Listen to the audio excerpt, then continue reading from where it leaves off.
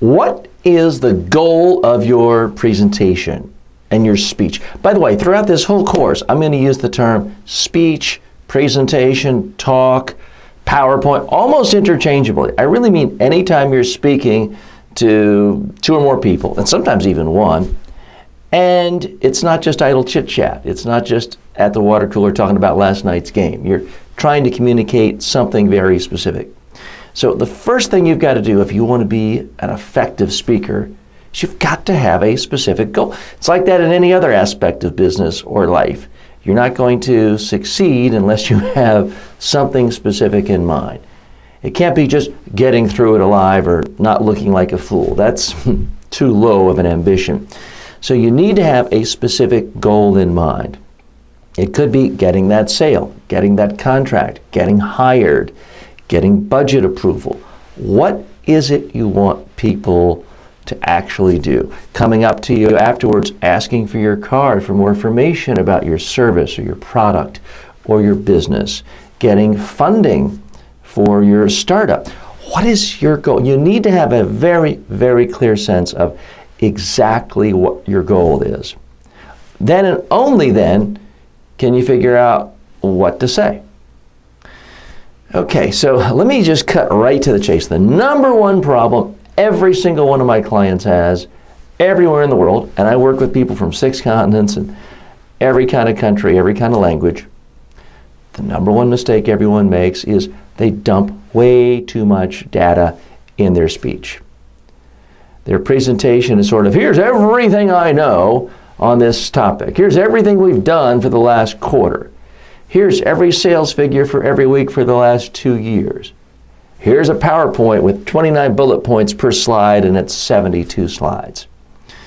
So if you want to just hop right up to the advanced level now and not spend years and years and years of trial by error, all you have to do is this one thing, and that is eliminate the massive, massive, massive amounts of data most people try to convey in their speech.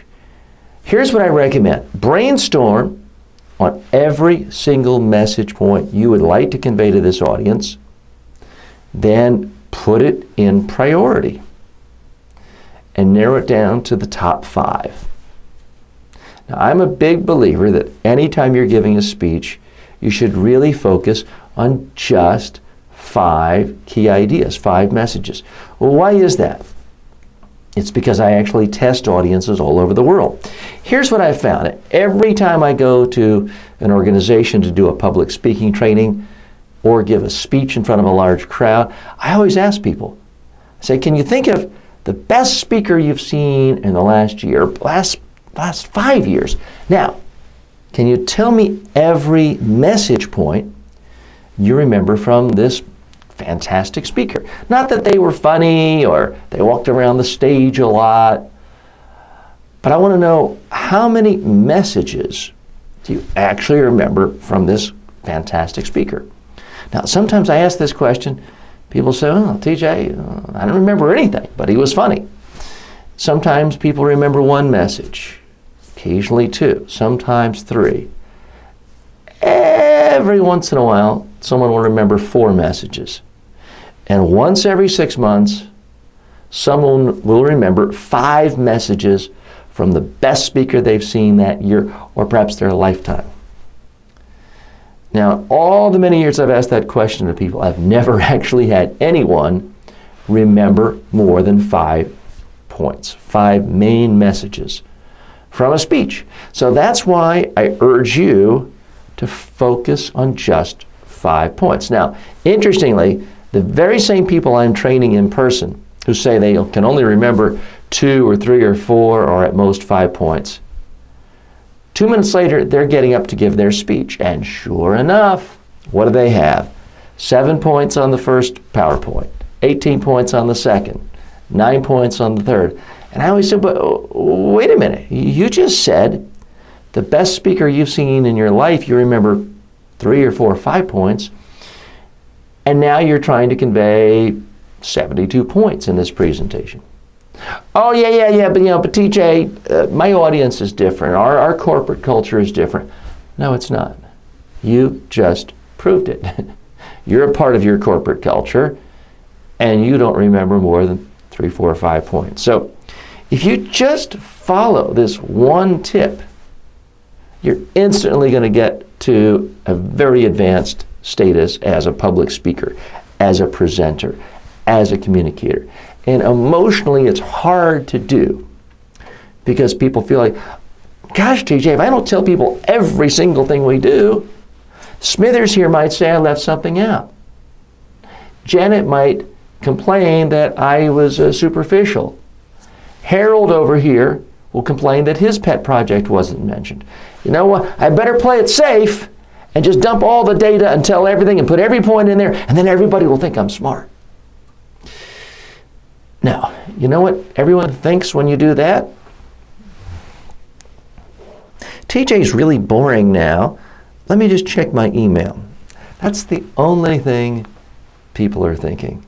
So when you dump data, that's the real sign of a very, very insecure speaker. Because what you're really saying is, I'm afraid people aren't going to like me and think I'm smart. So I'm going to have to tell everybody everything I know, and then they'll respect me. That is complete, utter nonsense.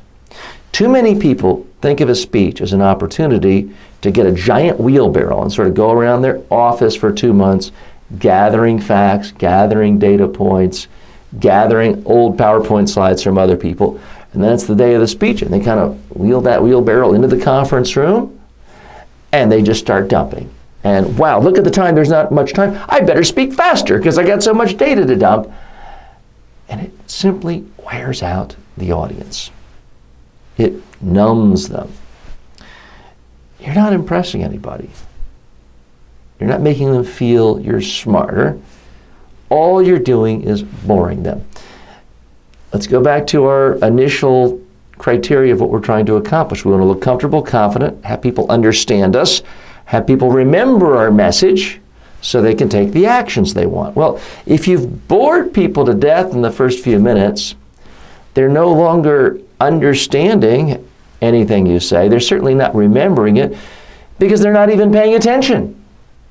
So how in the world are they going to do what you want them to do if they checked out long ago? And you know what? You're not even going to accomplish your first goal of looking confident, comfortable, relaxed, because chances are you're kind of, wedded to a script, or you're looking at a bunch of slides. So you're really not going to accomplish a single goal. So that's the great irony. People say, well, teacher, I need this PowerPoint with all these bullet points. By the way, I'm not anti-PowerPoint. I'm anti a PowerPoint with lots and lots and lots of bullet points. I'm not anti using notes. I am anti having sheets and sheets of paper filled with lots and lots of bullet points. People say, teacher, I need this script as a crutch for me. And I try to politely tell them, a crutch keeps you from falling down and hurting yourself if you're injured. What you're doing isn't keeping you from falling down. It's actually causing you to fail. So don't tell me it's a crutch. It's really a weight that's bringing down your presentation. So that's my challenge to you. And this is your first homework assignment. You've got to come up with a topic for a speech. The first thing I want you to do is write in one sentence, what is it you want your audience to do? Now, it's a little bit different if you're a student and you're giving just a book report on a classic. It may be what you want to do is motivate your other students to think this book is so fascinating that they want to go out and read it. It doesn't have to be about getting more money or getting a direct sale, but you should think of motivating your audience to do something. So in one sentence, I want to know what your goal is for this audience. I don't mean your goal if I want them to think I'm smart. Your goal should be something you want your audience to actually do. Then, I want you to write down every message point that you could possibly think of, and then put it in priority and narrow it down to just 5. That is your homework assignment. Come up with just 5 message points. A message point is not a big theme with 72 subpoints. A message point is just one idea. It should be something with one subject, one verb, one object. It's not a long run-on sentence with howevers, therefores, buts. It's just one idea. Don't be greedy.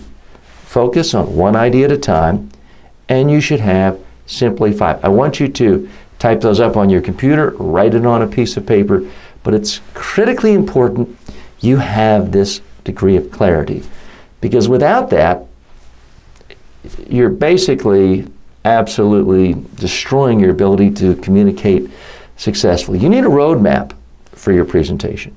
You can't drive from Los Angeles to New York without GPS and without a roadmap, typically, and just follow streets wherever they go. You'll end up all sorts of nooks and crannies, and you'll just never get anywhere. You need a roadmap for your presentation. It needs simplicity. It's going to be easier for you when you're giving the presentation. You know who else it's going to be easier for? Your audience. They need something easy for them to follow. So that's your first homework assignment. Go ahead, do it right now. 5 ideas. And you need to eliminate the stuff that is only important to you, but isn't important to your audience. You need to eliminate the fluff. You need to eliminate the nice to knows and keep the have to knows. What is it that you absolutely, positively have to have your audience understanding and remembering? So do that right now.